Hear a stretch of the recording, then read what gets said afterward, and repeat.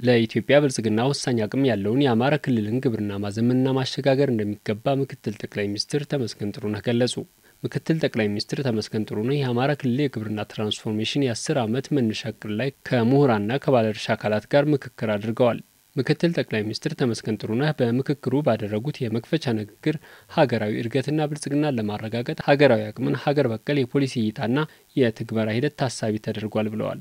ኢትዮጵያ በ2022 ዓ.ም አፍሪካዊት የብልጽግና ተምሳሌት ለመሆን እየሰራች መሆኑን ገልጸው ለግቡ መሳካት የአማራ ክልል ግብርና ልማት ትልቅ ሚና እንዳለው ተናግረዋል። ኢትዮጵያ አፍሪካውያን ያላቸውን እምቅ ጸጋ ተጠቅመው ራሳቸውን እንዲችሉ አርአያነት ያለው ስራ እያከናወነች መሆኑንም ገልጸዋል። መንግስት በቀጣይ 5 ዓመታት በኢኮኖሚ መስክ በራስ የመልማት አቅምን በመጠቀም ብልጽግና ማረጋገጥ የሚያስችል ዳግማዊ አድዋን በልማት ለመድገም እየሰራ መሆኑን ተናግረዋል።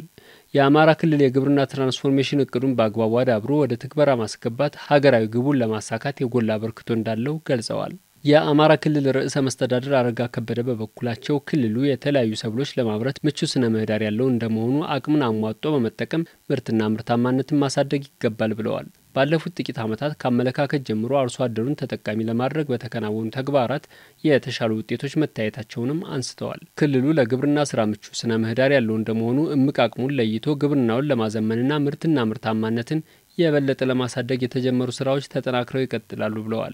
የግብርና ሚኒስትር ዶክተር ግርማ መንቴ በበኩላቸው በኢትዮጵያ የኢኮኖሚ መሰረት የሆነው ግብርና ለረጅም ዘመናት በኋላ ቀር አሰራር ውስጥ መቆየቱ የሚፈለገው ውጤት እንዳይገኝ ማድረጉን አስታውሰዋል። ክልሉ በዘርፉ ያለውን እምቅ አቅም ለይቶ ውጤታማ እንዲሆን መስራት እንደሚገባም ተናግረዋል። በዘንድሮ የምርት ዘመን ለክልሉ 8.8 ሚሊዮን ኩንታል የአፈር ማዳበሪያ ለማቅረብ እየተሰራ መሆኑና ይህም የመንግስትን ቁርጠኛነት ማሳያ ነው ብለዋል።